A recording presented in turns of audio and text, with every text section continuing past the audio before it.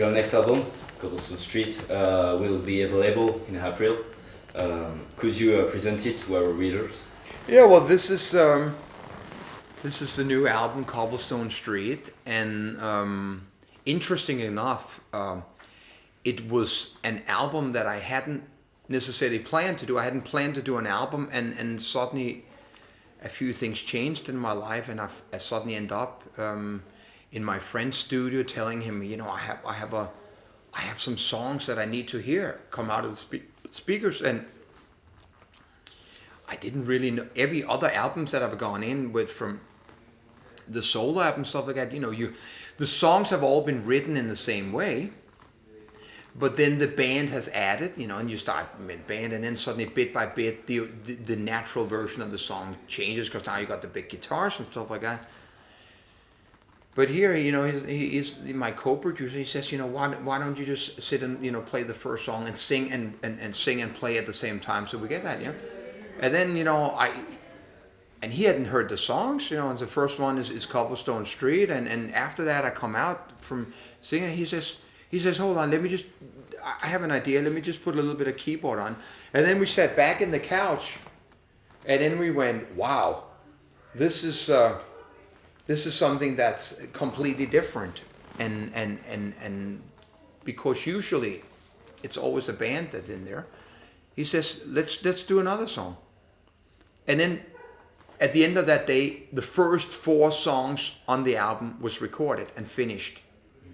And the next couple of days, it only took 4 days to do. We did that the same way. And I didn't have a record deal. I didn't have a record company waiting for an album. I didn't have any plans of anything. So it was just sort of like just staying within the studio with only 2 people, just me and him. Nobody else interfering, and just sort of letting the music be what it was, without thinking, can this be sold? Is this the right thing to do? But you says, this is a song you wrote, and this is just the purest and honest form of what my Tramp is. And really, in reality, what it is, it's just really how every other song that I've written in my career started. It's just that we went further. We added the drums and the guitar, and the band started playing, and bit by bit the song started changing and stuff like that. But a lot of the White Lion songs came from there, and then Vito, the guitar player, would you know, add his part, and so and so and so. So what it really told me, which I basically knew anyway, was that that's what my Tramp is. That's what he adds. It's like sitting there with a mixer, and you pull down all the faders, and at the end there's only 2 faders left, the guitar and the voice. And that's what I was part of, where the drummer was the drummer, and the bass player and the guitar player and the harmonies. But what my role has also been the songwriter and the singer and the front man, but that's what it is. I just was not ready to say, stop, let's not add anything more, until then. Yeah, definitely. So, could you talk a little about the composition of this album? Well, yeah. Of course I can. The thing is that I've never ever sat down since I was alone, especially, and written a song with the mission of, now I'm going to write a song. When I take the guitar up, it's always just been sitting in the couch and just sitting and playing, and I don't practice or something like that. So instantly, a song will happen somehow. It might just be a verse or whatever, and then I'll catch it on a record or something like that, and then it ends up in a box. And then when maybe I think that, okay, now I'm going to do an album or stuff like that, then I start listening to all the different things that I have written. Some of the songs I have then during the time started working more and things like that. So it's never about that I sit and create this thing that I'm going to do. It just happens, and one thing leads to the other thing. So the process is just a very natural process, almost just like a extension of yourself. So obviously these songs were not written for this album because I was not planning to write an album. They were just songs that I had sort of written over the past 2 years. Cobblestone Street does go back all the way to Capricorn when I did my first solo album. That was written about that time in 1995. But these were songs that had been written over the 2 years. When I then select the songs to want to work with, that's when I start writing the lyrics more deep and committing. So if you went in and found the box with all my old cassette tapes, a lot of times you just hear me singing a lot of different, I think, and then when I chose that this is a song that I'm going to use, I start writing the lyrics for it. Let's talk a little about your influences and your whole career. So, who was your first musical hero? Yeah, I mean, the thing was, obviously, I grew up in a house where there was always music being played by either my mom or my older brother and things like that. So early on, I heard everything from Elvis to Led Zeppelin and Black Sabbath and stuff like that. But the first band, first bands I fell in love with was the band Slade from England. They were really big in the 70s, and then later on Queen and Thin Lizzy. Those became the band, stuff like that. But what again happened was that even earlier on, the stuff that I was playing in my youth club and stuff like that, with my music teacher, was all Dylan stuff and all folk inspired, Neil Young and kind of things like that. And I didn't know that actually had attached itself to me. So when I started writing songs, that's sort of where I started with. So that really, even though, of course, I feel that I've gotten better and better, my songs, even the first songs that I started writing, came from the same sort of ingredients and backgrounds as the songs on Cobblestone Street. And then later on, of course, you absorb a lot of music, and I think sometimes when you answer the question, what's your influences, then you sort of maybe want to watch out that people don't think that when I then say AC/DC, then you go, well, but you don't sound like AC/DC. The influence doesn't have to be what you end up sounding. It's just that all these different things have some sort of, in maybe sometimes helping you make decisions. For example, AC/DC to me is the power of the simplicity. And with two guitars and nothing else ever, and there's nothing more on any albums but two guitars. And so that to me it's a sort of dedication and loyalty and trust in believing in that's what they are. And then of course, when you talk about Bob Dylan or Springsteen or things like that, that's something that a little bit more familiar to what I play. But it's also the foundation to a lot of folk music and acoustic music. So of course they would be a big influence. So in the early years of your career, you played with a band called Malbo. Could you talk a little about this band? I'd almost forgotten until you mentioned. Well, the thing was, I never planned to become anything in music. I had an acoustic guitar and I was playing in my youth club and stuff like that. But this guy this man that was living in my apartment building down in the basement, he was doing all the the magazines from the 70s, stuff like that. He somehow connected me to this band that was needing a young singer, even though they were much older than me. And before I even knew it, I had said yes. I'd never been on the stage before and done anything, but they just said, I remember they saying, "Oh, we think we can teach you," and stuff like that. I was way too young. I had no idea.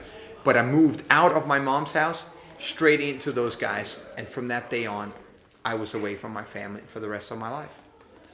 And then we started already doing the first album. Like I said, they were already older than me. They were like 10 years older than me. They were good musicians and stuff like that. So obviously for the first couple of years, I just followed and sort of just did that. And then I started developing, and now I started writing songs and stuff like that, and my hair started getting longer and things like that. Bit by bit,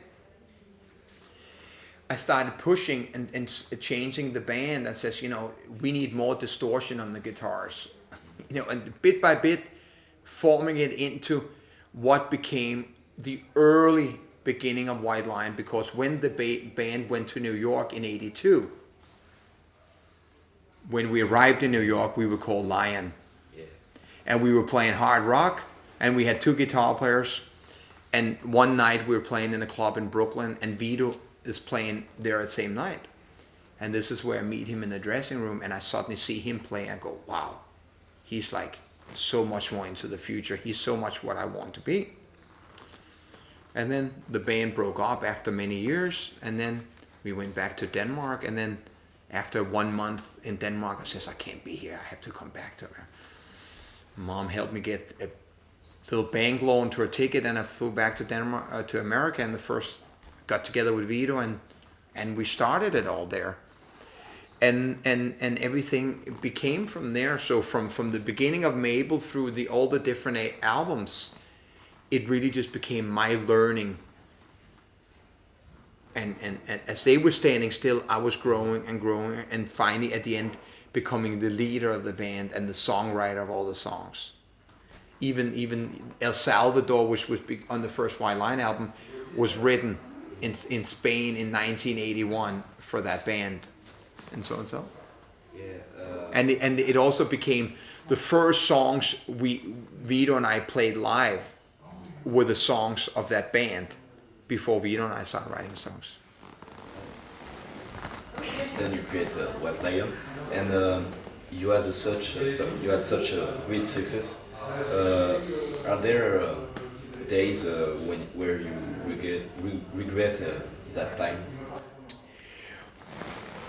Well, it's without that, obviously I wouldn't be who I was today, and so on. So everything was growing, and so and so, and it was a fantastic time, and there's a lot of fantastic memory, and there's a lot of bad memories, and obviously you can't sit and saying, regret it, stuff like that, because everything was based upon how much you knew back then.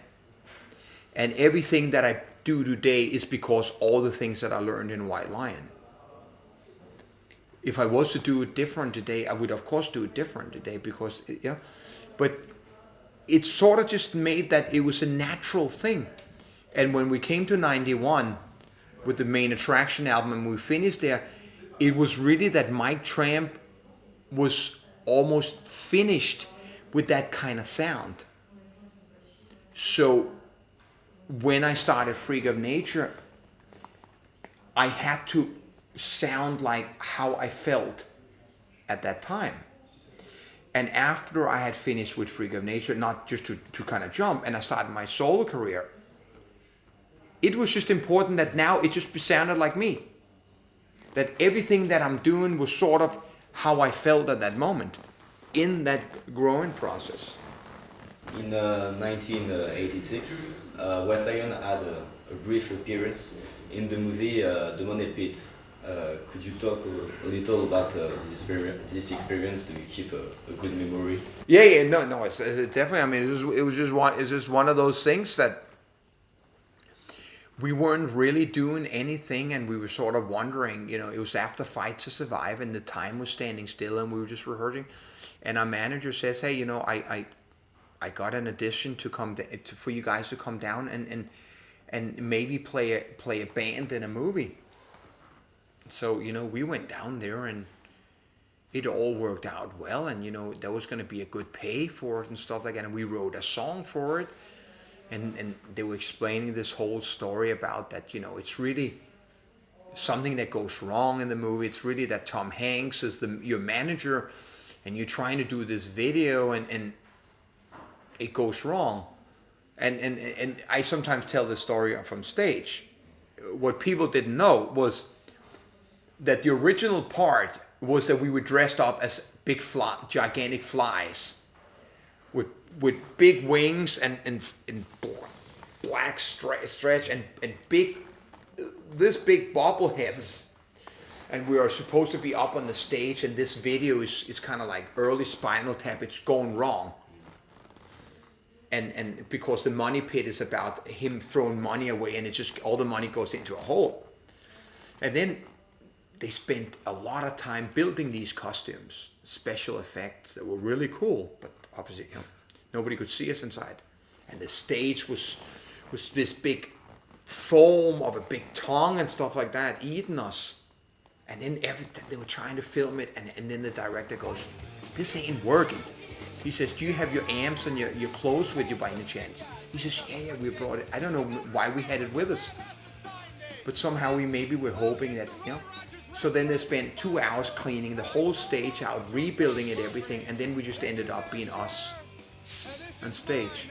Do you think that's just okay, well, this is how they do movies.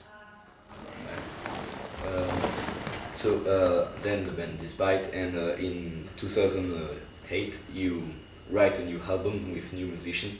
Could you explain this choice? You know what? It actually happens in about 2003 and 2004, and I'm actually on a train from Lyon to Paris, and Olivier's with me, and my manager at that time said, and I'm just on my 3rd solo album. I've been out playing the clubs. I'm really not playing for a lot of people, and I'm also not really selling a lot of albums. So it's kind of like you really feel like you're going against something, and then somehow we end up talking about White Line, and if you somehow put a new version of the band together, because I always knew that I could not put the band together with Vito. He had already stopped. So then we start talking, if you put the band together, you could be playing festivals and, big money and stuff like that.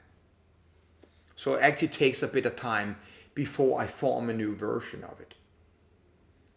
But all along the way, I really did not want it. I really did not want to go back. And as I started doing, first the 2005 tour in America, and then after that we come and we play the Bang Your Head Festival, and then I says, okay, we're gonna, and then I started writing an album and believing that this was the right thing. And then I started writing, Return of the Pride, and all that, and I think it was just after it came out, and I started listening to back, and I says, this doesn't have anything to do with White Lion. It says the only thing that's to do with White Lion, there's the logo, but the sound is the sound. The original sound of White Lion is Mike Tramp and Vito Bratta. That's what creates that sound, and it's also the sound of Mike Tramp in 1987. Not in 2008. My voice had really changed a lot, and my whole spirit had changed. So these days, when I'm out playing, I played, for example, I played Battle a Little Big Horn. I played that acoustic. I talk to the fans about that. I really regret doing this, and I really, sort of almost apologizing for doing it under the name White Lion. If I had done it under, Hocus Pocus or Tramp or something like that, just doing a rock album, it'd been different. But doing it and believing that people would believe that this was going to be the new White Lion. Because when I was sitting writing the songs, I wasn't thinking White Lion. I was just writing some rock songs, and I was writing how I felt now. If that had been Vito and I writing at that time, we would have written different songs. So it just became one of those things that I had to do it one more time to find out that I should never do it again.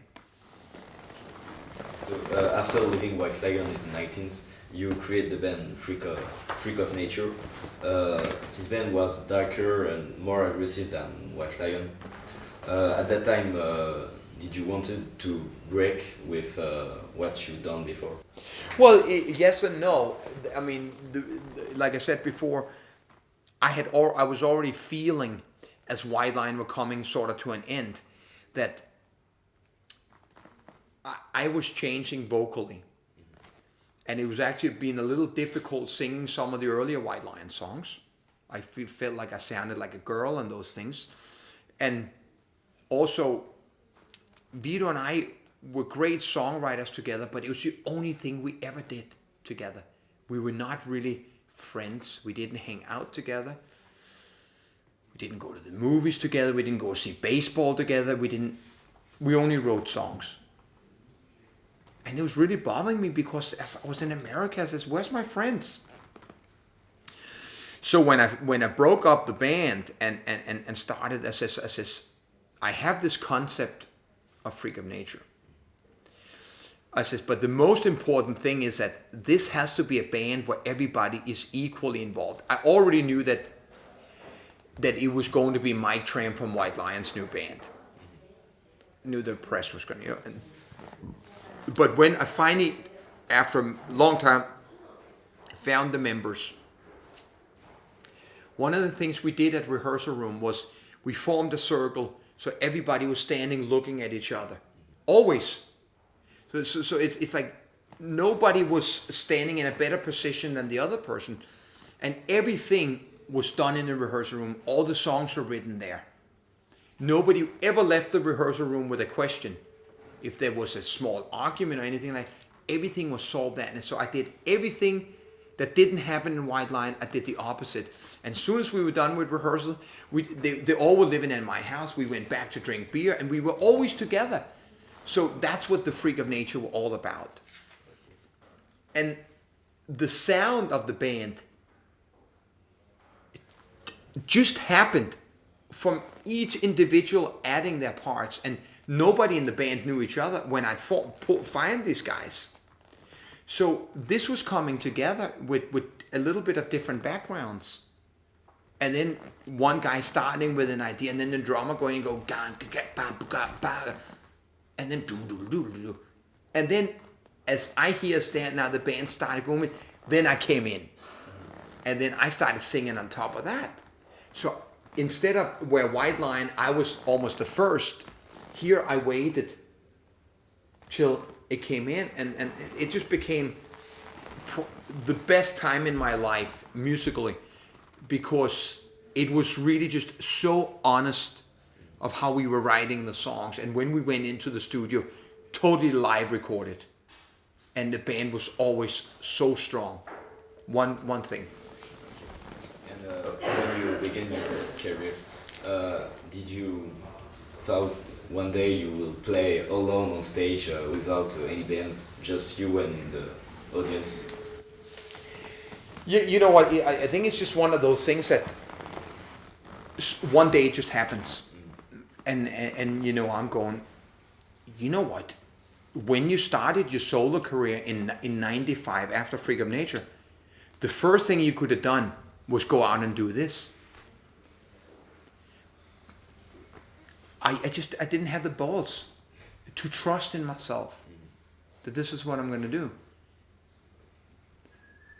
Even though I ended up in '98 going out and doing a tour in America with Lynyrd Skynyrd, where I was doing that. But it seemed like nobody thought about after. Keep going with it and stuff like that. And sometimes it just needed to wait a little. Okay. And do you have any funny details about concerts or tour? Probably about 1 million, but they'll be in my book. You know what? It's just sort of, it's like sort of, you know, when you're just thinking back, it just happened when you were there, and things like that. It's just, it happens because you were there. All the different stories with the different bands, those are the memories at times. You sometimes you think about, oh fuck, how did that happen? I mean, just the first time, just like the thing with the Money Pit. I mean, just of how it started, but how it ended up. It was like night and day and things like that, and how, you know, running around in a shopping mall in Canada in swim shorts with Steven Tyler because we wanted to go swimming, or anything else. They're part of the journey. And a lot of times I don't like to pull them out and make them stand there, because they were what happened on that Friday, on the Saturday we did something else and we were playing, or that with ACDC or things like that. Because to me it was already about the music always, about this is what we do, and the other things are like little bonus things that happens along the way. I'm on tour with my heroes. Do you want to say something to our readers to make them want to buy your album and go to your concerts? Well, yeah, I would love for them to buy my album and stuff like that, but it's maybe a little bit hard to convince a Linkin Park that this is the fan, that this is the album they want.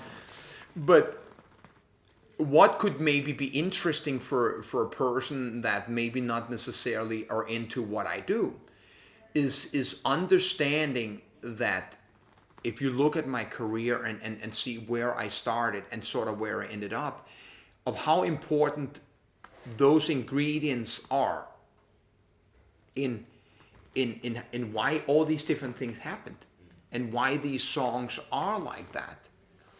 And when I talk to younger people who wants to learn guitar and stuff like that, it's like, I says, I always want them to start with this. I says, don't start with Slayer, man. It's just not, that's not a foundation. That's something that comes on after. This is basically the foundation of first you walk, then you run, then you dribble the ball. So, and with this as your foundation, you have the doors and the tools to the songwriting, where the song is there. And then later on you can decide if it's going to be or if it's going to be gong, gong, gong, gong, But there, when you sit in your hotel room or when you sit with your girlfriend or whatever, and you only have this, so this is in many ways of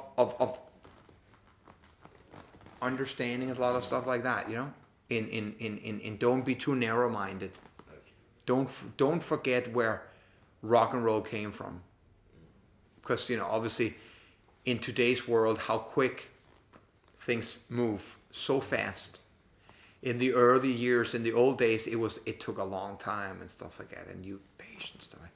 Now you're out there, you're 18 years old and you're already on tour, and when you're 21 your career's already over. So it's really a matter of what you build it on. It's like, what are you going to build your house out of? Straw, wood, or brick? So it's, I feel that if you start, regardless if you're going to form a death metal band of Norwegian black metal, you can still start with the right foundations, because a lot of times everything comes from one thing, and that's the seed of there. And I sort of come back to where I came from. Okay, so thank you for this. You're very welcome. Thank you for the pleasure. Thank you. When you open your eyes, but there's nothing but black, and you try to count all the knives in your back, in the bed that you lay in, you're falling apart, and all of your sorrows now live in your heart.